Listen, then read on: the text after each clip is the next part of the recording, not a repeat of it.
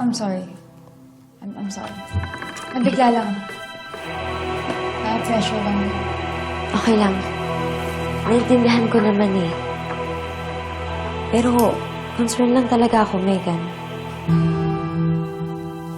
Yeah, Sorry kung napakalaman kita. it's okay. I'll just get some water.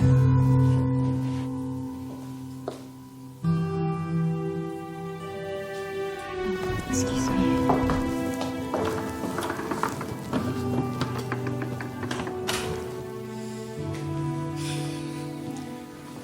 Boss, leader ka namin dito ah. Natural, may karapatan kang i-remind kami. Ba't bigla kang umatras kay Megan? Gets ko naman siya eh. O paano pag nasira yung boses nun? Tama pa ba yun? Alam mo kasi parang binibaby mo siya itong mga nakaraang araw eh. Di naman. Alam mo naman, nag-iingat lang ako. Ayoko na mag-aaway ulit kami tapos maapektuhan yung buong Yumi. Okay naman yun, boss. Pero para kasing lagi mo na lang siyang inaalalayan, pinoprotektahan. Medyo OA na kasi, boss. Todo-todo yung pagmamahal ko sa'yo, Minji. Halos kalimutan ko lang lahat. Makasama lang kita. At nung nakasama kita, gagawin ko ang lahat. Makalimutan mo lang si Dio. Kaya sobrang sakit ito sa akin. Kasi niloko ka na niya. Ginago ka na niya. Tapos sa huli, siya pa rin pala ang pipiliin mo. Magkakamali yun, Pere. Sa batang huli, hindi rin naman kami. Dahil nawala na siya. Akala ko nga noon, baliwala na siya sa'yo eh.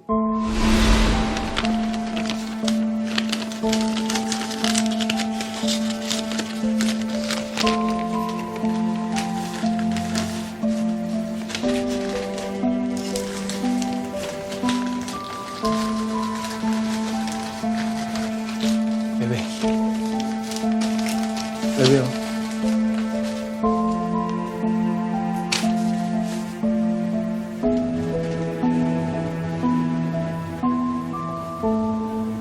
Kasama pala yung anak niya sa na-aksidente.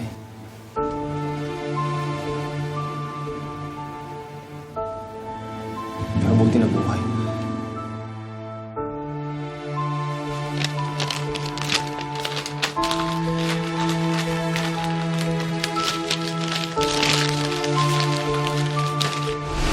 Akala ko, naisip mo lang yung pagkamatay niya. Pinagbigyan kita. Inintindi kita. Hindi ako kumibo. Kasi ako din naman, nawalan ako ng kaibigan. Pero alam mo siguro, naudlot lang yung planong magsama kayo. Bebe ko, hindi. Magaling ka. Magaling ka. Oo, naisip ko yun. Oo, nagawa ko yun. Pero maniwala ka, pinagsisisihan ko. Pinagsisisihan ko. Sa huli, ikaw at si Jenny ang importante. Mahal kita, Peri.